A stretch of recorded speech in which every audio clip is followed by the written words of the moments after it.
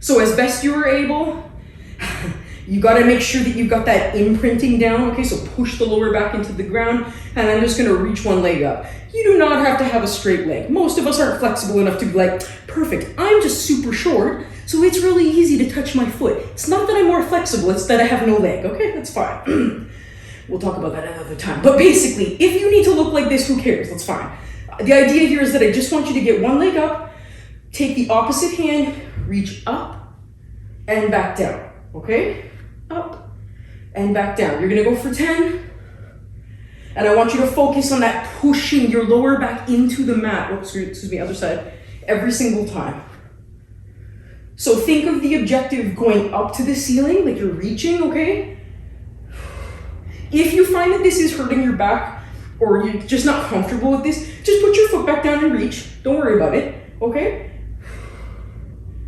We'll go 2 more. All right, other side. So same thing, reposition, check your lower back. I'm already up. I like to already be up before I even begin, so I'm not starting down like this. I'm gonna make sure that my back is bulletproof, basically. Okay, I don't wanna hurt myself.